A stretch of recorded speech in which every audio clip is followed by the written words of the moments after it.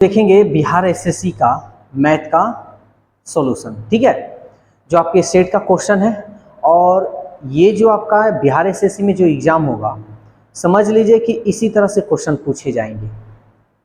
तो आप मेरे इस वीडियो को पूरे लास्ट तक देखिएगा। वीडियो कैसा लगा कैसा नहीं कमेंट्स में अपनी राय जरूर दीजिएगा। अगर वीडियो अच्छा लगा तो इस वीडियो को ज़्यादा से ज़्यादा अपने यार दोस्तों में शेयर कीजिएगा। एक बात जान लीजिए, अगर आप तैयारी कर रहे हैं तो तैयारी करने का मतलब ये नहीं हुआ कि रात दिन आप पढ़ रहे हैं, चैप्टर बाई चैप्टर बना रहे हैं। इससे ना तो आपका रिजल्ट होने वाला है और ना आपके अंदर कोई प्रोग्रेस होने वाला है।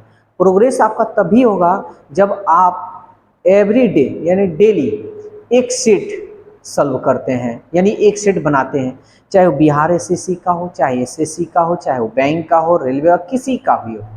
लेकिन बिहार एसएससी का बनाइएगा तो आपका ये बेनिफिट होगा कि इसमें आपका मैथ भी मिल जाएगा, रीजनिंग में मिल जाएगा, जीके जीएस मिल जाएगा। इंग्लिश एक नहीं मिलेगा तो इंग्लिश के लिए आपको अलग से कुछ ना कुछ करना होगा।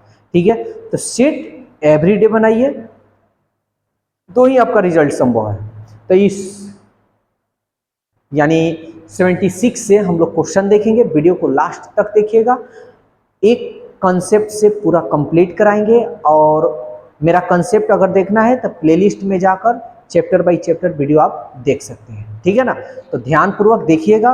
और कोई दिक्कत हो, वीडियो की क्वालिटी अच्छी ना हो या कोई भी चीज़ आपको क्वालिटी में कोई दिक्कत हो या मेरे पढ़ाने या समझाने का तरीका में, तो कमेंट्स में अपनी राय मतलब जरूर दीजिएगा, तभी हम अपने आप को भी सुधार करेंगे। हमारा टारगेट कोशिश यही है कि मेरे जरिए आप लोग को बेहतर से बेहतर आपको मतलब एजुकेशन दे, आई मीन अच्छा से आपको नॉलेज दे, जो आपको कहीं भटकने की जरूरत ना पड़े। तो चलिए क्वेश्चन नंबर हम 76 से देखते हैं।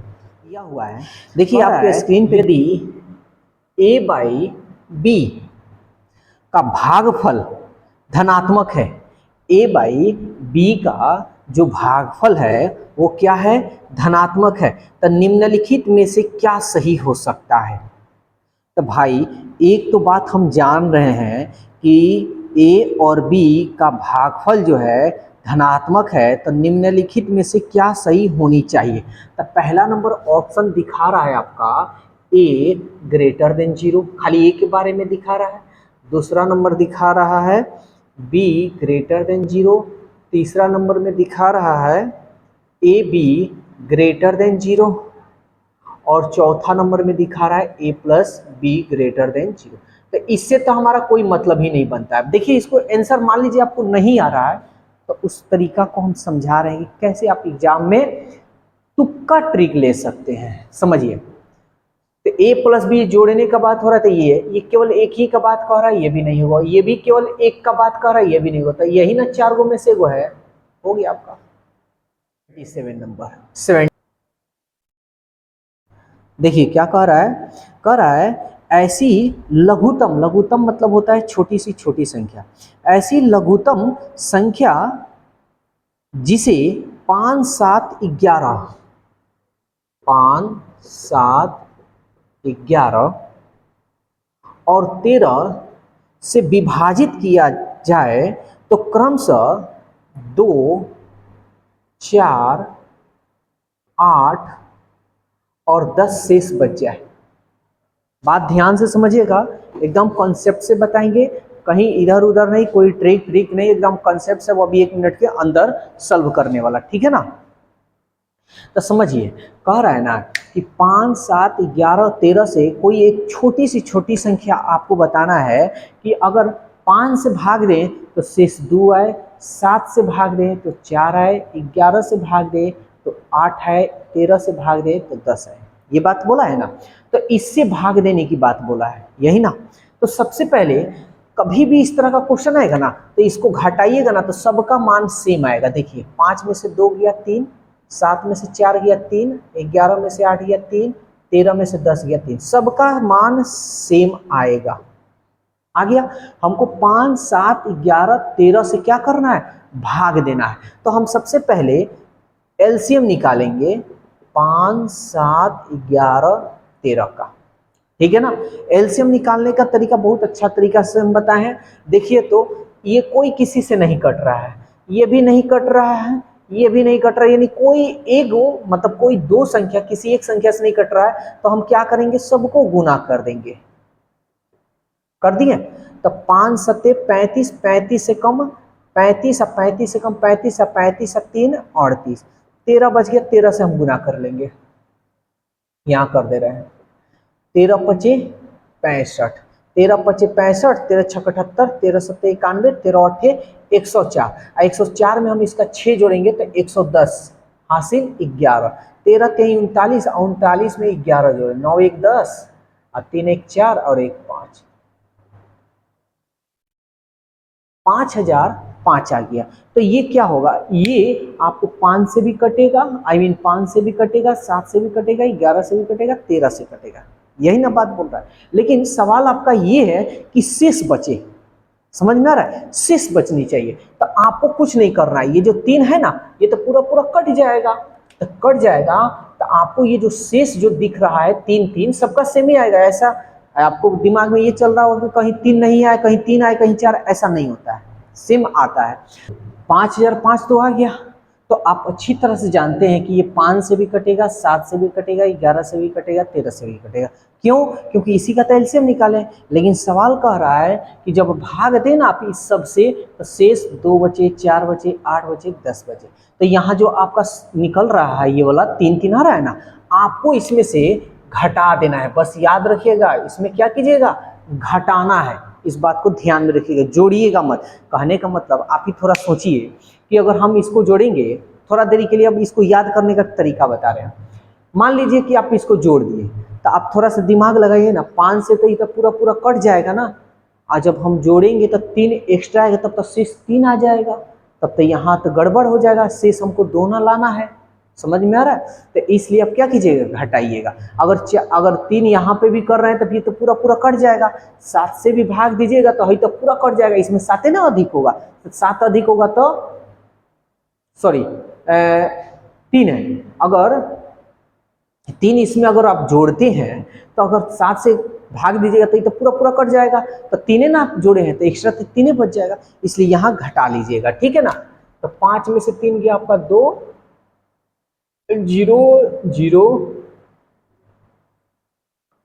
5002 हुआ। समझ में आया?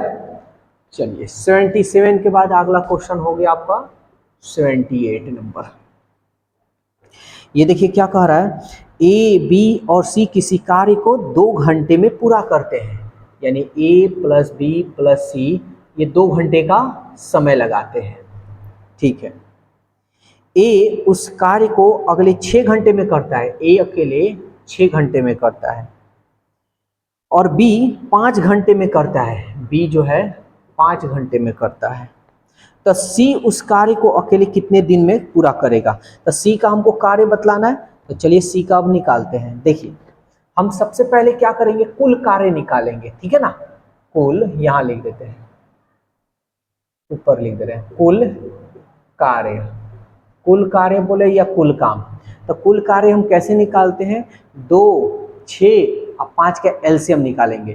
तो 2 6 का एलसीएम तो 6 हो गया, और 6 5 का एलसीएम 30, 6 पचे 30, यानी टोटल कई गो हमारे पास काम है, तो कहिएगा 30 गो काम है। तो अब देखिए ए बी सी अगर तीनों मिलकर 2 घंटे में कर रहे हैं, तो एक दिन में ये इफिशियंसी निकलता है, यानी इफिशियंसी का मतलब कार्य क्षमता यानी ताकत, एक दिन में कितना काम करेगा अगर तीनों मिलेगा तो 2 से भाग दीजिए तो 2 एकम 2, 15 गो काम कर लेगा। 6 पचे 30, 5 छके 30। सवाल कर रहा है सी अकेले अगर कह दिया जाए सी को काम करने के लिए, तो सी अकेले इस काम को कितने दिन में करेगा। तो यहाँ समझिए ए एक दिन में 5 गो कर रहा है, बी एक दिन में 6 गो कर रहा है, अगर दोनों मिल जाएगा तो कई गो करेगा, 11 गो। 6 5 11 गो, कई गो करेगा जी भाई, ये 11 गो करेगा। और यहाँ तीनों मिल रहा है तो यहाँ कई गो काम किया जा रहा है, 15 गो। तो इसमें से ए और बी को अगर निकाल दीजिएगा तो सी ना बचेगा। तो सी एक दिन में कई गो काम करेगा, 15 में से 11 गया, 4 गो एक दिन में काम कर रहा है, यानी सी एक दिन में 4 गो काम करेगा, यही ना जी। 15 में से 11 गया 4, तो 4 गो सी एक दिन में काम करेगा, टोटल काम 30 गो है तो एक दिन में 4 गो काम कर रहा है तो 30 गो काम करने में कई दिन लगाएगा। तो सी का काम निकाल लेते हैं, सी का कार्य। तो कितना है, 30 में हम 4 से भाग दे देंगे, 2 दूनी 4 और 2 एकम 2 पचे 10। आंसर किस में दिया है, पूर्णांक में 78 है, पूर्णांक में दिया है। तो 2 सत्ते 14 और 1 2 पचे 10, यानी 7.1/2 घंटे में सी अकेले इस काम को पूरा कर सकता है। 79, 4 पुरुष अथवा 6 महिला अथवा 10 बच्चे एक काम को, एक घर को 5 दिन में पेंट कर सकते हैं। 4 पुरुष या 6 महिला या 10 बच्चे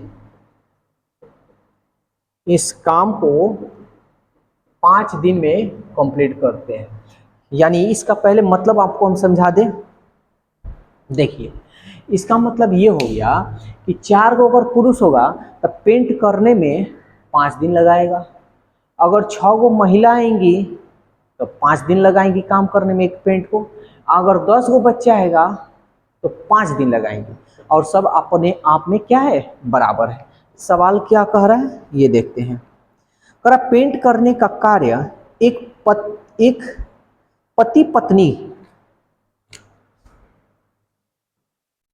पति और पत्नी, पति पत्नी और उनके 5 बेटे और 5 गो बच्चा है या बेटा है जो भी है, 5 गो बेटे को दिया गया तो वे उस कार्य को कितने समय में पूरा करेंगे। ध्यान से समझिएगा। तो यहाँ पे जो क्वेश्चन है आपको कैसे बनाना है, या तो इस सबको पुरुष महिला बच्चा है, या तो इस सबको पुरुष कर लीजिए, या तो सबको महिला कर लीजिए, या सबको बच्चा कर लीजिए। तीनों में से कोई एक करना है। तो जो आपको आसान लग रहा है उस तरीका से हम बना सकते हैं। तो देखिए, पति है तो एगो पति है कहीं को ना जी, तो एक पुरुष प्लस पत्नी एक महिला। तो एक बात बताइए, हम पुरुष में इसको बदल रहे हैं तो 4 यहाँ पे समझिएगा, ध्यान से समझिएगा। 4 पुरुष यहाँ हम थोड़ा निकाल कर आपको दिखा रहे हैं। 4 पुरुष बराबर 6 महिला है।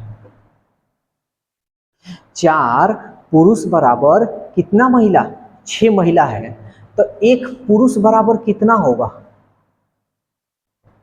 यानी 4 गो पुरुष है तो 6 गो महिला। तो एक गो पुरुष आएगा तो अरे भाई 4 गो जब पुरुष है तो महिला बढ़ रही है, तो जैसे पुरुष घटेगा तो महिला भी घटेगी। तो आप हम क्या कीजिएगा, 6/4, 2 दूनी 4 और 2 3 6, तो 3/2 क्या हो जाएगा, सॉरी हमको क्या निकालना है जी, पुरुष निकालना है ना। देखिए यहाँ गलती हो गया, समझिए। तो 6 महिला 4 पुरुष, अरे महिला बढ़ेगा तो पुरुष भी बढ़ेगा, महिला घटेगी तो पुरुष भी घटेगी। तो एक महिला बराबर क्या होगा, एक महिला बराबर ये 4 और हई क्या होगा, बटा में आ जाएगा, तब ना ये पुरुष होगा जी। 2 दूनी 4, 2 3 6, तो 2/3, यहाँ 2/3 हो जाएगा, 2/3 पुरुष हो गया प्लस। अब बेटा है, बेटा बोले तो बच्चा, तो बच्चा को पुरुष में तो 10 बच्चा बराबर 4 पुरुष, 10 बच्चा बराबर 4 पुरुष, तो 5 बेटा बराबर। तो अब देखिए ना, 10 गो जैसे जैसे बच्चा बढ़ेगा वैसे वैसे पुरुष भी बढ़ेगा, जैसे जैसे बच्चा घटेगा वैसे वैसे पुरुष भी घटेगा। तो अब ध्यान से समझिए ना, तो 5 गो बेटा कर रहा है यानी आधा ये कर रहा है, आधा, तो ये भी तो आधा हो जाएगा यानी 2 पुरुष। तो 5 बेटा की जगह पर 2 पुरुष कर सकते हैं। ये समझ में आया, नहीं आया तो समझ लीजिए। तो 5 बराबर 10 बराबर 4, तो 5 बराबर कितना, तो कैसे हम इसको सॉल्व करते हैं ये तो समझ में आया या ना आया आपके ऊपर है। तो कितना निकलना है, 5।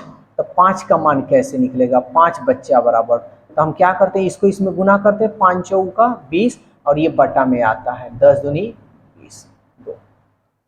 ठीक है, समझ में आ रहा है ना। कहीं भी आपको दिक्कत हो तो कमेंट्स आप लोग जरूर कीजिएगा कि सर ऐसे बताइए। वैसे हमारा टारगेट है कि पूरा डीपली ही बताएं। तब देखिए एक पुरुष और दो पुरुष, कितना पुरुष? 3 पुरुष, और यहाँ 2/3 पुरुष है। 3 3 9, 9 2 11/3 पुरुष। हमको इसी का मान क्या करना है? बताना है। तो यहाँ क्या आपको दिख रहा है? पुरुष। और यहाँ देखिए तो 4 पुरुष किसी काम को 5 दिन में करते हैं। तो आपको 2 तरीका से हम बता दे रहे हैं। M1 T1 D1 वाला भी हम बता दे रहे हैं। तो एक बात बताइए, अगर 4 पुरुष किसी काम को 5 दिन में करेगा तो 11/3 पुरुष इस काम को कितना दिन में करेगा? तो यहाँ थोड़ा काम उल्टा हो जाता है, इस बात को थोड़ा सा ध्यान लीजिएगा। ऐसे चलिए हम बताते हैं, ऐसे ही आपको समझाते हैं। अगर 4 पुरुष किसी काम को 5 दिन में करेगा तो एगो पुरुष आएगा तो भाई ज़्यादा समय लगेगा ना। तब यही समझिए ना, तो ये जो होगा इसमें हम गुना कर देते हैं। एक पुरुष किसी काम, मान लीजिए 4 पुरुष किसी काम को 5 दिन में कर रहा है तो एक पुरुष 4 5 20 दिन में। अब इतना पुरुष आ गया तब तो कम समय लगेगा, तो ये हमारा क्या होगा? 11/3। 3 को ऊपर भेज देंगे तो 3 ऊपर चला जाएगा, तो ये हमारा 3 कितना हो जाएगा? 20 3 60/11। यहाँ लिख दे रहे हैं, शायद आपको वीडियो में नहीं आ रहा हो। तो 20 3 60/11। आंसर देखते हैं, आंसर किसमें? पूर्णांक में दिया है। तो 11 5 55 बच गया 5/11 डेज में। तो एक तो तरीका ये है, और एक और तरीका है M1 T1 वाला। चलिए थोड़ा हम ऊपर बता देते हैं। यहाँ कहाँ बता दें? अच्छा, ऐसा करते हैं, आप लोग इसका स्क्रीनशॉट ले लीजिएगा, हम यहाँ बता देते हैं, ठीक है ना। यहाँ पे हम बता देते हैं, इसको मिटा दे रहे हैं। अब ध्यान से समझिएगा, अब इस क्वेश्चन को M1 D1 से कैसे बनाएंगे, ध्यान से समझिएगा। अगर 4 पुरुष यानी M1 का मान है 4 और दिन है D1 है 5 और इसका दे रहा है, यही तो मान निकालना है। M2 का मान दे रहा है 11/3, तो D2 का मान बतलाना है, यही ना। खाली इसमें क्या होगा? M1 T1 D1 अब बटा W1 इनटू, एक और बताए थे पैसा वाला, ठीक है ना। पैसा वाला भी हम बताए थे कि पैसा वाला भी जो होगा नीचे होगा। तो M1 T1 D1 बटा W1, इस तरह का फॉर्मूला था। तो चलिए ये फॉर्मूला हम बनाते हैं। क्या होता है? M1 D1 बराबर M2 D2। M1 का मान देखिए 4 हो गया, D1 का मान 5 हो गया, M2 का मान 11/3 हो गया, D2 का मान निकालना है। चलिए करते हैं। 4 5 20 और 20 3 60 और 11 को बटा में ला दीजिए D2, इसलिए D2 का मान 11 5 55 बच गया 5/11। तो दोनों तरीका से ये सेकेंड मेथड है, दोनों तरीका से हम बता दिए। दोनों में से जो आपको अच्छा लगे उस तरह बना सकते हैं। ये केवल कॉन्सेप्ट बता रहे हैं, ये जीवन भर आप लोग पढ़ते आए हैं, अब वही चीज हम बस रिपीट कर रहे हैं, बस थोड़ा सा तरीका हमारा मतलब थोड़ा सा चेंज किए हैं, ठीक है ना।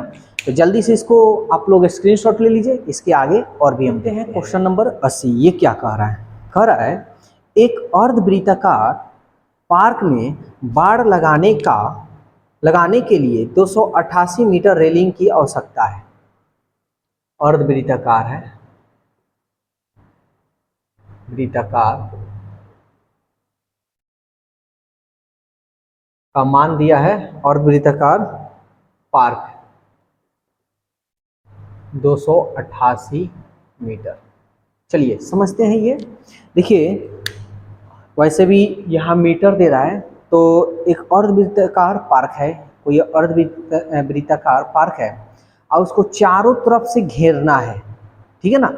चारों तरफ से क्या किया जा रहा है? घेरने की बात हो रहा है। बाड़ लगाना मतलब देखे होंगे कि चारों तरफ से घेरा जो जाता है, तो चारों तरफ से घेरा जाता है। तो याद रखिएगा, जब भी घेरने की बात हो तो वो परिधि होता है, ठीक है ना।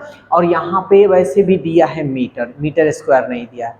तो सबसे पहले अर्धवृत्ताकार पार्क की परिधि का फॉर्मूला, अर्धवृत्ताकार है तो इसका फॉर्मूला याद रखिएगा। ये फॉर्मूला होता है पाई r प्लस 2r का मान दिया है 288।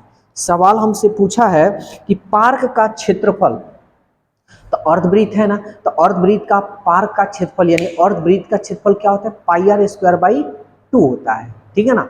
अर्ध मतलब होता है आधा, तो हमको r का मान निकालना होगा। तो तो चलिए आर का मान हम निकालते हैं। देखिए आर आर कॉमन कर लेते हैं जी, तो ये हो जाएगा क्या, ऑप्शन पाई में दिया है, किसमें दिया है, पाई में नहीं दिया है, तो पाई का मान 22/7 हम रख सकते हैं, अब प्लस 2, आर आर तो निकल गया ना ये वाला, तो ये हो जाएगा 288।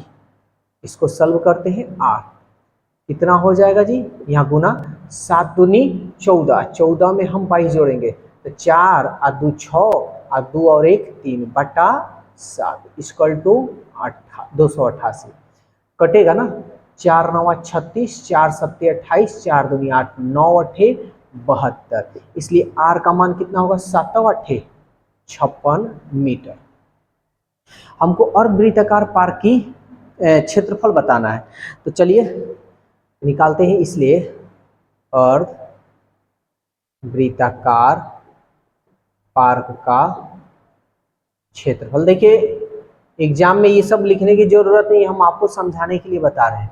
तो ये होता है formula pi r square by 2, pi का मान होता है 22/7, और बटा में 2 है तो 1/2 ऐसे लिख सकते हैं। आर का मान कितना है, 56, यानी 56 का स्क्वायर है ना, तो 2 बार हम यहाँ लिख देते हैं, 7 8 56, 2 4 8, चलिए गुना कर लेते हैं, 22, 4 6 24 और 4 5 20, अब 20 में हम 2 जोड़ेंगे, 20 और 2 22, 22 से कर लेते हैं, तो देखिए ना 2 4 8, देखिए तो इकाई के स्थान पे कौन सा ऑप्शन में 8 दिख रहा है, 8, यानी ऑप्शन 1 नंबर दिख रहा है, यानी ये आपका 4928 मीटर स्क्वायर होगा। 81 नंबर कह रहा है, एक बस के पहिए की त्रिज्या, यानी एक बस का पहिया है और उसकी त्रिज्या यहां तक दिया है 35 सेंटीमीटर। कह रहा है 33 किलोमीटर प्रति घंटा की गति से बनाए रखने के लिए पहियों को प्रति मिनट कितनी बार घूमना पड़ेगा। देखिए बहुत बढ़िया क्वेश्चन है, लेकिन ये बच्चे छोड़ देते हैं, ठीक है ना, क्या करते हैं बच्चे छोड़ देते हैं। एकदम हम अपने भाषा में बताएंगे और आपके भाषा में बताएंगे, समझिए। तो आर का तो मान दिया है आपका 35 मीटर, जो परिधि होता है ना, परिधि, वृत्त की परिधि वो एक बार का होता है, जैसे वृत्त की परिधि 2πr हो गया, आर का मान जो भी दिया होगा निकाल दिए, तो वो एक बार घूमने का परिधि हो गया, समझ में आ गया। तो पहले हम वृत्त की परिधि निकालेंगे, यानी चक्के की परिधि निकालिए या जो भी कहे, वृत्त की परिधि निकालेंगे। वृत्त की परिधि क्या फॉर्मूला है, 2πr, 2 पाई का मान 22/7, आर का मान दिया है 35, 7 5 35, 5 दूनी 10, यानी 220 मीटर। ये देखिए चक्का जो है ना, जब घूमेगा, एक बार घूमेगा, तो एक बार घूमने के लिए उसको दूरी कितनी तय करनी होगी, 220 मीटर दूरी तय करनी होगी। ये तो हो गया, लेकिन चक्का कितना किलोमीटर तक जा रहा है ये हमको देखना है। तो यहाँ सवाल कह रहा है कि 33 किलोमीटर प्रति घंटा, यानी चक्का जो है ना 33 किलोमीटर प्रति घंटा, यानी एक घंटा में वो कितना किलोमीटर जा रहा है भाई, 33 किलोमीटर। यही तो बोल रहा है कि 33 किलोमीटर प्रति घंटा गति से बनाए रखने के लिए पहिया प्रति मिनट कितनी बार घूमना पड़ेगा, यानी 1 मिनट में कई बार घूमना पड़ेगा। चलिए कोई बात नहीं, तो अब ध्यान से समझिएगा, ये मीटर है और यहाँ किलो घंटा है, तो हम इसको हम चेंज करेंगे। ध्यान, 1 घंटा में 33 किलोमीटर तक चल दिया, लेकिन सवाल ये कह रहा है प्रति मिनट, 1 मिनट में। तो आप बताइए 1 घंटा में 33 किलोमीटर जा रहा है, तो 60 मिनट में कितना जाएगा जी, तो कह दीजिएगा 33 किलोमीटर।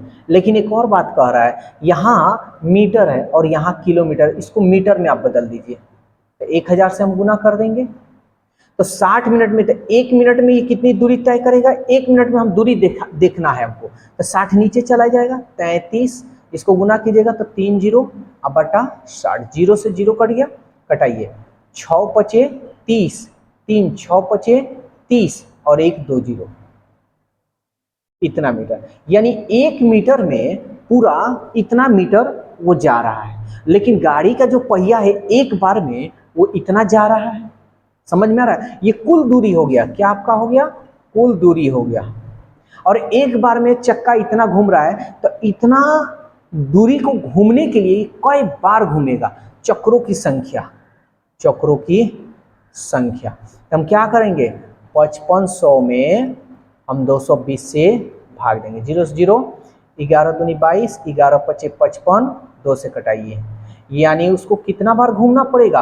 25 बार उस चक्के को क्या करना होगा? घूमना पड़ेगा, इतना दूरी तय करने में। ठीक है ना? ये मेरा कुल दूरी हो गया। एक बार में इतना घूम रहा है, तो कुल दूरी को पूरा करने में इतना, यानी 220 फिर निकलेगा, फिर 220 निकले, फिर 220, फिर 200, कितना बार घूमेगा? यही तो पूछ रहा है। के बाद 82 नंबर कह रहा है, एक दुकानदार उसके स्टोर से खरीदी जाने वाली वस्तुओं पर 10% छूट देने का विज्ञापन देता है। ठीक है भाई, 10% छूट देने का विज्ञापन दे रहा है। एक ग्राहक को 560 रुपया कीमत का सूटकेस, यानी एक ग्राहक को 560 रुपया में सूटकेस, 90 रुपया कीमत पर बैग, 90 रुपया कीमत पर बैग यहाँ लिख दे रहे हैं, 45 रुपया कीमत पर तौली, 45 रुपया कीमत पर तौली खरीदने पर मिलने वाली छूट बताना है। यानी पहले इसको हम देखते हैं। ये हो गया 5, 9, 6, 15, 15 4, 19, 5 1 6, टोटल इसको 695 रुपया क्या हो रहा है? खरीद रहा है। और कह रहा है 10% छूट, तो वही कह रहा है कि 10% छूट पर कितना आपको फायदा मिला है ये बताना है। तो बात ध्यान से सुने, सीधा आप इसका 10% निकाल लीजिए। वो तो है, लेकिन हम लोग इस तरीका से नहीं पढ़ेंगे। हम लोग जिस तरह पढ़ते आ रहे हैं वैसे उसी तरह। अच्छा, ये मेरा इतना पैसा देकर ना हम बैग खरीद रहे हैं, इसका मतलब ये 100% का ना मान हो गया। तो कह रहा है हमको छूट का मूल्य बताना है, तो छूट कितना का हो रहा है? 10% का ना, तो 10% का मान निकाल लीजिए ऐसे। देखिए, ये थोड़ा सा समय लगेगा, लेकिन ये तरीका बनाइएगा तो आपके माइंड में एकदम हमेशा के लिए, हम बताए हैं, मेरा वीडियो देखिए, चाहे प्लेलिस्ट में जाए, चाहे जैसे भी, या शॉर्ट वीडियो में भी देखिएगा कि नो ट्रिक ओनली कंसेप्ट। तो इसको हम इधर भेजेंगे 695 गुणे 10 बटा 10, 0 100 है ना, 0 से 0 कट गया, 1 0 है ना, तो एक अंक पहले 69 रुपया 50 पैसा, ये आपको क्या मिलेगा? छूट मिलेगा। तो ऑप्शन नंबर कितना होगा? ऑप्शन 3। एक और क्वेश्चन, चलिए 83 नंबर भी बहुत बढ़िया क्वेश्चन है। देखिए, अरे एक सीडी की कीमत 25% घटा दी गई। 25% क्या किया गया है? घटा दिया गया है। एक व्यक्ति ने सीडी के लिए 24 रुपया अदा किया। कितना रुपया अदा किया? 24 रुपया। तो नगद छूट कितनी मिली? यानी कहने का मतलब कि 25% का छूट मिला है उसको। जब छूट मिल रहा है ना, तो एक व्यक्ति ने सीडी के लिए 24 रुपया अदा किया। छूट देने के बाद उसको कितना रुपया? 24 रुपया अदा करना पड़ा। तो आप ही बताइए, 25% छूट दे रहा है तो कितना परसेंट में दिया होगा? 75% में। अब 75% में दिया है और दे कितना रहा है? 24 रुपया। तो सवाल कह रहा है कि नगद छूट बताना है, यानी उसका जो छूट मिला है वही छूट का दाम बताना है। तो कितना रुपये का छूट मिल रहा है भाई? 25%। तो 25% का मान निकाल लीजिए। तो ये इधर चला जाएगा, 24 गुणे 25 बटा 75, 25 3 75 और 3 9 8 24। कितना रुपया का उसका छूट मिला है? 8 रुपये का छूट मिला है। क्वेश्चन देखते हैं 84 नंबर। देखिए ये क्या कर रहा है? कह रहा है एक विक्रेता 950 रुपया अंकित मूल्य का एक पुराना कूलर खरीदता है, यानी ये अंकित मूल्य है, एमआरपी है 950 रुपया, और उसे 20% और 10% की छूट मिलती है। यानी छूट मिल रही है 20% और 10% की छूट मिलती है, और वह उसे पेंट कराने पर 66 रुपया खर्च करता है। देखिए, पेंट पर कितना खर्च कर रहा है? 66 रुपया। और ₹66 खर्च करता है, वह कूलर को 25% लाभ पर बेचता है और सेलिंग प्राइस जो है 25% पर बेच रहा है, यानी ₹66 खर्च करता है और कूलर पर 25% का उसको लाभ मिलता है, यानी प्रॉफिट है जी, सॉरी प्रॉफिट है कितना प्रतिशत, तो 25% पर बेचता है तो उसको लाभ होता है, ठीक है। तो उसका विक्रय मूल्य हमको बताना है, ठीक है, कि कितना में वो बेच रहा है। अब ध्यान से समझिएगा, कह रहा है एमआरपी ₹950 है, अब 20% 10% पर छूट दिया जा रहा है, तो सबसे पहले तो नो एमआरपी का मतलब जो लेवल पर जो आपका रहता है लिखा हुआ उसी को एमआरपी कहते हैं। तो सीधी सी बात है कि ₹950 में नहीं दिया होगा, 20% 10% छूट दिया होगा, तो पहले तो हमको ये मालूम होना चाहिए कि ये जो एमआरपी है, यानी कितना रुपये में जो व्यक्ति कुछ लिया होगा वो कितना रुपया में पे किया होगा। तो 20% 10% का छूट दे रहा है, तो आप लोगों को छूट का फॉर्मूला हम बताए थे, दोनों को प्लस में चलाएंगे और यहाँ माइनस लिखेंगे, 20 गुणे 10 कितना हो जाएगा भाई, ये जो निकल रहा है आपका छूट निकल रहा है, तो 10 से 10 10 से 10 20 और 10 30 और माइनस 2 एकम 2, 30 में से 2 गया 28, यानी 28% पर, यानी उसको 28% छूट दे रहा है, तो कितना में खरीदा होगा, यानी हम कह सकते हैं कि अगर 100% में वो ₹950, तो कितना में खरीदा होगा, तो 28% का छूट दे रहा है, तो कितना में खरीदा होगा, तो देख लें 10 में से 8 गया 2 और 9 में से 2 गया 7, यानी 72% में वो बेच रहा होगा, यानी ये वाला दुकानदार। तो 950 गुणे 72 अब बटा 100, 0 से 0 5 दूनी 10 5 एकम 5 अब 5 45, 2 से कटाइए 2 3 6 और 2 6 12, 19 25 95, 19 छक्के 6 9 19 छक्के 114 और 19 3 57, 57 में 11 जोड़ लिए 7 और 1 8,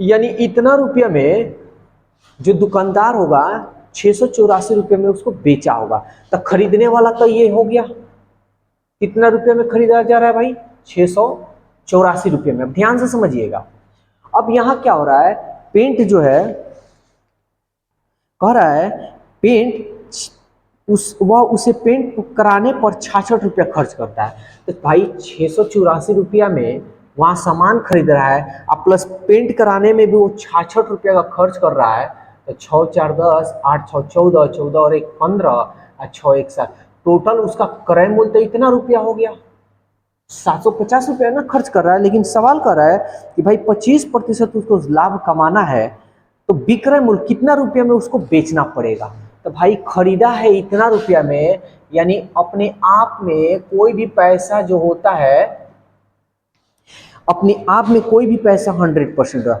इसको 25% का लाभ हो तो होना चाहिए, तो भाई 100% का मान इतना है, तो 125 पर बेचेगा तब ना उसको 25% का लाभ होगा, तो निकाल लेते हैं 750 गुणे 125 अब बटा 100, कटाते हैं 0 से 0 हम कटा देते हैं। अब देखिए इसको कटाइएगा मत, सीधा आप इसको गुना कर लेते हैं, तो यहाँ हम आपको ₹175 आ रहा है, और देखिए 1 0 है ना, तो एक अंक के पहले बैठा दे, तो उसको कितना रुपया में बेचना होगा, ₹937, 50 पैसे में अगर वो सामान को बेचेगा तो उसको क्या होगा, 25% का आसानी से उसको लाभ होगा। समझ में आया, कहीं भी कोई दिक्कत हो कमेंट्स के जरिए अपना राय दे सकते हैं। तो देखते हैं 84 का जो आपका ऑप्शन है, ₹937.50 जो आपका ऑप्शन 1 है, 85 नंबर। वीडियो साफ आ रहा है या नहीं आ रहा है उसके बारे में भी आप लोग कमेंट्स जरूर कीजिएगा, ठीक है। ये देखिए क्या कह रहा है, राम 8 दिन में ₹125 अर्जित करता है, राम जो है 8 दिन में ₹125 वो कमा ले रहा है। श्याम 10 दिन में ₹140 अर्जित करता है, श्याम 10 दिन में ₹140 अर्जित करता है। तो और तो उनके अर्जन का अनुपात क्या होगा, यानी उनके कमीनी का अनुपात हमको बतलाना है। तो देखिए कोई बड़ा चीज नहीं है, ध्यान से समझिएगा। हम राम का एक दिन का निकाल लेंगे कि एक दिन में वो कितना रुपया कमा रहा है। मान लीजिए 8 दिन में इतना रुपया कमाया, तो एक दिन में कितना कमा रहा है ये निकाल लें। तो क्या होगा, ये राम का हो गया और ये हमारा श्याम का हो गया। तो एक दिन में कितना, 8 से भाग दे देंगे, यानी 125/8 अनुपात 10 दिन में। तो एक दिन में कितना भाग दे देंगे, 140/10। 0 से 0 कट रहा है, यहाँ ये तो नहीं कट रहा है, तो तिरछा तिरछी गुना कर देंगे। तो ये हो जाएगा आपका 125, इसको इसमें हम गुना करेंगे, 14 5 70, 14 6 84, 14 7 98, 14 8 112। तो उसका जो अनुपात होगा क्या होगा, 125/112 का होगा। ठीक है ना। एक और क्वेश्चन देखते हैं, जगह है यहाँ पे बता दे रहे हैं। वीडियो आ रहा है कि नहीं क्लियर, ये भी तो देखना पड़ रहा है। ठीक, तो नेक्स्ट क्वेश्चन आपका 86 नंबर, ये देखते हैं क्या कह रहा है। कह रहा है यदि एक परिमाण का अनुपात 3:5 है, यानी कोई मान है और उसका मान दिया हुआ है अनुपात में 3:5 ने विभाजित किया जाता है। बड़ा भाग 75 है, कह रहा है ना कि इन दोनों को भाग में बांट दिया गया है। अब बड़ा जो भाग है 75 है, तो यही ना बड़ा वाला भाग है जी। अनुपात 5 का मान 75 दे रहा है। तो कह रहा है परिणाम बताएं, सॉरी परिमाण मतलब यही ना, परिमाण दिया है आपका। तो टोटल कितना है, 3 और 5, 8 का मान बतलाना है। 5 से कटाइए, 5 एकम 5 और 2 5 25 और 15 और 8, इसको गुना करेंगे 15 और 8 120। तो टोटल परिमाण कितना हो गया, 120 हो गया। ठीक है ना। देखिए मैथ का जो क्वेश्चन होता है भारी नहीं होता है, बात ध्यान से समझिएगा। मैथ का क्वेश्चन भारी नहीं होता है, भारी होता है आपका सोच। आप अगर इसको सोच लीजिएगा कि भारी है तो भारी है, और जिस टीचर से पढ़ रहे हैं वो कैसे पढ़ा रहे हैं उनके ऊपर डिपेंड करता है। तो आप दोनों आदमी के, यानी टीचर एंड स्टूडेंट दोनों के बीच में वो होता है, तो कोई भारी नहीं होता है। बस वीडियो को देखते रहिए, और कहीं आपको नहीं समझ में आता तो कमेंट्स के जरिए आप लोग बोलिएगा, तो हम आपको फिर से उस क्वेश्चन को सॉल्व कर सकते हैं। या बाय द वे अगर कोई क्वेश्चन आपको पूछना भी हो तो आप व्हाट्सएप के जरिए आप उस क्वेश्चन को भेजकर उसका सोल्यूशन पा सकते हैं। तो इसका जल्दी से स्क्रीनशॉट लीजिए, आगे हम बताते हैं फिर।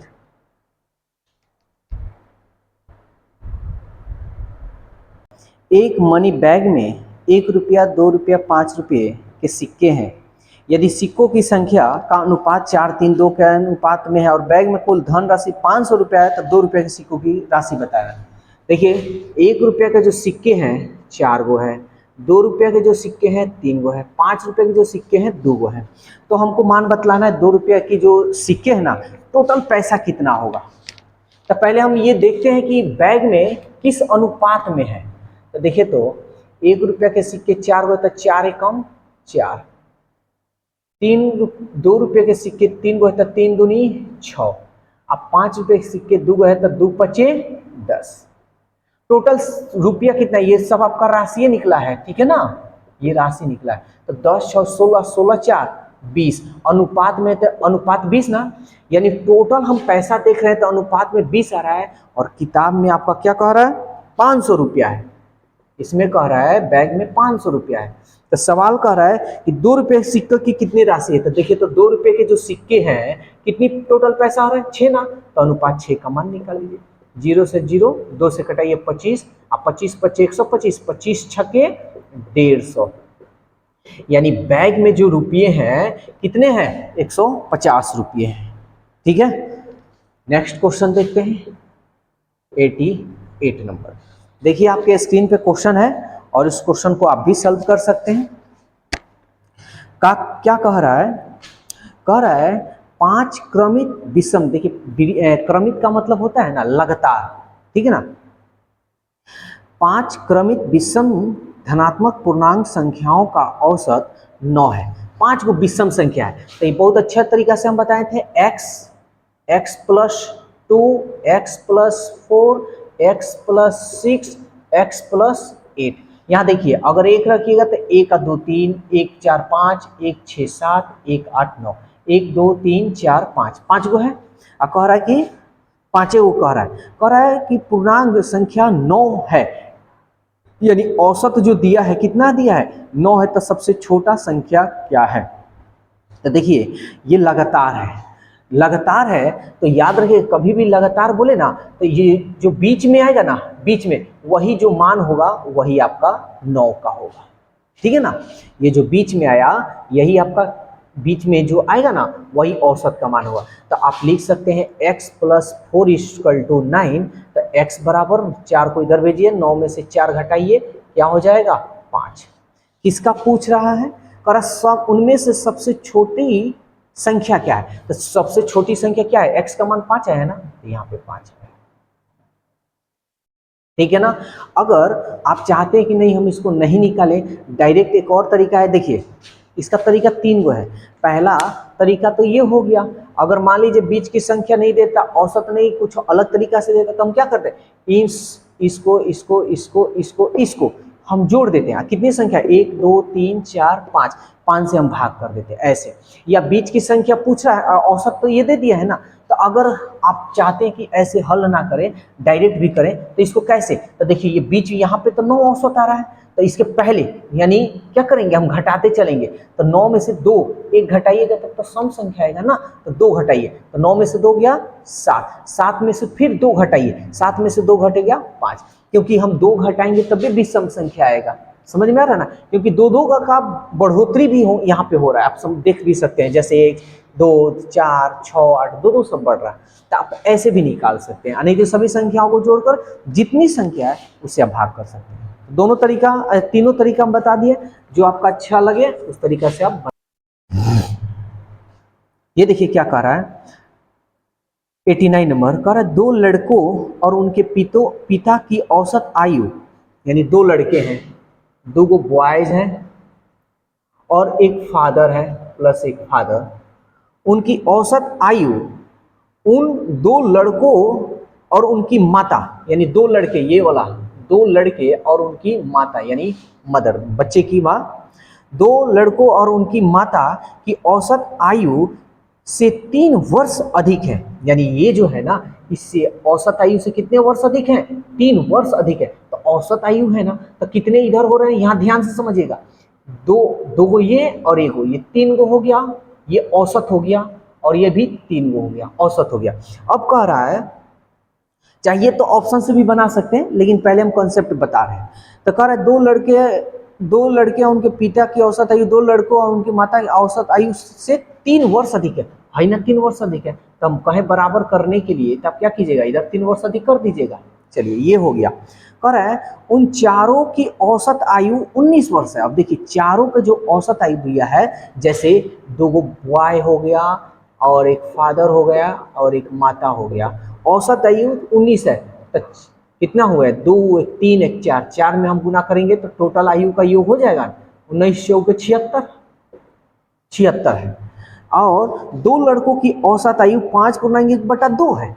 2 लड़के हैं, 2 से औसत आयु यही ना होगा, 2 लड़का 2 से भाग देंगे तो औसत आयु इतने हैं, अब प्लस 5/1/2 है, ठीक है।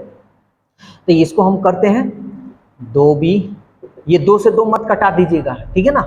पहले हम इसको सॉल्व करते हैं, 2 × 5 = 10 और 1 11/2, 2 से 2 कट गया। अब ये 2b का मान कितना हो गया, 11 हो गया, यानी 2 लड़का का भी औसत आयु निकल गया।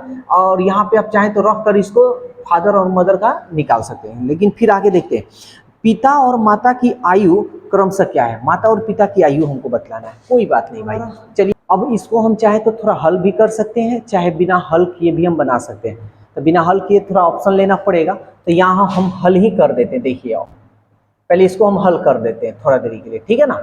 तो ये 2b हो जाएगा प्लस f हो जाएगा बटा 3, इसको सॉल्व करते हैं, 2b प्लस m 3 3 9 बटा 3, 3 से 3 कट जाएगा। यहाँ देखिए m को इधर ला दीजिए, f और 2b को भी इधर ला लेते हैं। यहाँ देखिए 2b प्लस f, ये इधर आया -2b, ये इधर आया -m = 9, 2b से 2b, f - m का मान कितना आ गया, 9 आ गया। अब यहाँ देखते हैं, हमको पूछ रहा है, बताना है कि फादर और माता की आयु। तो देखिए, तो टू बी का मान यहाँ रख दें, तो टू बी का मान रखेंगे तो एफ प्लस एम का मान, और टू बी का मान कितना है, 11 है। 11 को इधर भेजिएगा तो घटेगा ना, तो 6 में से 1 गया 5, और 7 में से 1 गया 6। कोई दिक्कत? अब हमको ऑप्शन से भी बना सकते हैं, विदाउट ऑप्शन से भी। तो देखिए, हमको फादर का निकालना है और मदर का निकालना है, ठीक है ना। कभी भी इस तरह का अगर इक्वेशन आपको मिले तो ध्यान से समझिएगा। एफ प्लस में है तो इन दोनों को जोड़कर और 2 से भाग देंगे। देखिए, तो जोड़ लीजिए, 9 5 14 और 6 और 1 7, 2 से भाग देते हैं, 2 3 6 और 2 7 14। फादर की उम्र 37 वर्ष। अब मदर का पूछ रहा है, तो देखिए मदर माइनस में है ना, तो इसको घटा लेंगे। 15 में से 9 गया 6 और 5 बच गया, और 2 से ही भाग देंगे, 2 दूनी 4 और 2 8 16। तो ये फादर की आयु और ये मदर की आयु। समझ में आया? जल्दी से इसको नोट कीजिए। है क्वेश्चन नंबर 90 जो आपके स्क्रीन पे दिया हुआ है। कह रहा एक फल विक्रेता 700 संतरा, यानी टोटल संतरा कितना है, ऑरेंज यानी ऑरेंजेज 700 संतरे हैं, अब 500 रुपया के 100 संतरे की दर से खरीदता है। यानी इसका कहने का मतलब है कि अगर कॉस्ट प्राइस कि 100 को संतरा अगर लेगा, 100 संतरे लेंगे तो 500 रुपया देगा, यानी 100 संतरे की दर से खरीदता है। ठीक है, तो कोई बात नहीं, टोटल का को संतरा है भाई 700, ठीक है। और एक अन्य किस्म जो 700 रुपया के 100 संतरे 500 खरीदता है, ठीक है ना। यानी एक अन्य किस्म है। तो पहले यहां देखिए, तो 700 ना संतरे हैं और 100 संतरे का दाम 500 रुपया, तो 700 संतरे का दाम कितना रुपया होगा, कितना रुपया होगा। तो आप क्या कीजिएगा, इसको इसमें गुना कीजिएगा, अब बटा 100 नीचे लाइएगा, 2 0 से 2 0, 5 सते 3500, यानी एगो तक किस्म का 3500 रुपये में खरीद रहा है। और फिर कह रहा है कि एगो अन्य किस्म है जो 700 रुपया के 100 संतरे, यानी 100 संतरे का दाम, एगो अलग तरीका का संतरा है, और वो 100 संतरे 700 रुपया में खरीदता है और 500 संतरे खरीदता है। कितने संतरे भाई खरीदता है, 500 संतरे खरीदता है, ठीक है। तो 100 संतरे का दाम 700 रुपया, तो 500 संतरे का दाम कितना रुपया हो जाएगा। तो देखिए, तो इसको इसमें हम गुना करेंगे, 700 गुणे 500 अब बटा 100, 2 0 से 2 0, 7 5 3500 रुपया, यह भी 3500 रुपये में खरीदता है। तो कह रहा है कि और उसको 84 रुपया प्रति दर्जन की दर से बेच देता है। अब दर्जन में बेच रहा है, तो पहले तो हम ये देखेंगे कि टोटल संतरे को कितना में खरीद रहा है, 3500, तो कहिएगा ना 7000 रुपया में खरीदता है। अच्छा, एक बात बताइए, ये जो 7000 जो संतरे हैं वो कितने संतरे के हैं। तो देखिए, तो कितने संतरे के हैं, 700 संतरे यहाँ है, अब 500 संतरे यहाँ है, यानी ये टोटल जो संतरे का दाम है 7 और 5 1200 ना संतरे हैं। समझ में आ रहा है, ये कितने संतरे हैं, 1200 संतरे हैं, लेकिन ये 84 रुपया प्रति दर्जन की दर से ये बेचता है, एक दर्जन का 84 रुपया। तो हम क्यों ना इसको दर्जन में हम निकाल लें। तो देखिए, तो हम जानते हैं एक दर्जन में कितने संतरे होते हैं, 12, तो हम 12 से हम क्या करेंगे, अरे एक दर्जन में 12 संतरे होते हैं ना, 12 से हम भाग दे देंगे। तो ये जो 7000 रुपया है ये कितने दर्जन का है, 100 ना, 100 दर्जन हो गया ना जी। 100 दर्जन संतरे का जो दाम हुआ कितना रुपया हुआ, 7000 रुपया हुआ। ये खरीद रहा है, याद रखिएगा ये सीपी है, ठीक है ना। अब कह रहा है 84 रुपया प्रति दर्जन से वो बेच देता है। अब सेलिंग प्राइस, तो 84 रुपया में एक दर्जन का दाम 84 रुपया हुआ, तो कितना दर्जन वो खरीदा है, 100 दर्जन। तो 100 दर्जन का हम दाम निकाल लें, मतलब कितना में बेच रहा है, 8 4 और 00, यानी बेच रहा है, देखिए 8,400 रुपये, खरीदा है भाई 700 रुपये में, तो कह रहा है कि उसको बताइए कितना प्रतिशत का लाभ हुआ। चलिए लाभ निकाल लेते हैं। तो इसमें से इसको हम घटाएंगे, ये 400, 8 में 7, यानी 1400 रुपये का लाभ हो रहा है। कितना का? 1400 रुपये का लाभ हो रहा है। और हम जानते हैं कि जो लाभ निकलता है किस पे निकलता है? तो क्रय मूल्य पर। तो क्रय मूल्य हमारा कितना है? यही है ना, 7000 गुणे 100, 2 जीरो से 2 जीरो, 1 जीरो से 1 जीरो, 7 दूनी 14, 20%। देखिए आप ये मत समझिएगा बहुत बड़ा है, ये देखने में हम आपको समझा रहे हैं इस वजह से लग रहा है। देखिए देखने में ये जरूर बड़ा है, लेकिन जब बनाइएगा ना एकदम आसान होगा। ठीक है, अरे मान लीजिए हमको कटाना फटाना, आप यहीं देख लीजिए ना, 100 संतरे का दाम 500, तो 700 संतरे का दाम कितना? तो 7 × 5 = 35, यहीं पे निकाल लीजिएगा। तो आपके ऊपर डिपेंड है कैलकुलेशन कैसे करते हैं, लेकिन बस इतना जान लीजिए जो चीज़ हम बता रहे हैं वो आप शुरू से करते आए हुए हैं। ठीक है, लेकिन बस थोड़ा सा हमारा शॉर्टली मेथड है और कुछ नहीं। कैलकुलेशन आपका मतलब अच्छा रहेगा ना, तो बड़ा बड़ा क्वेश्चन को आप चुटकियों में हल कर सकते हैं।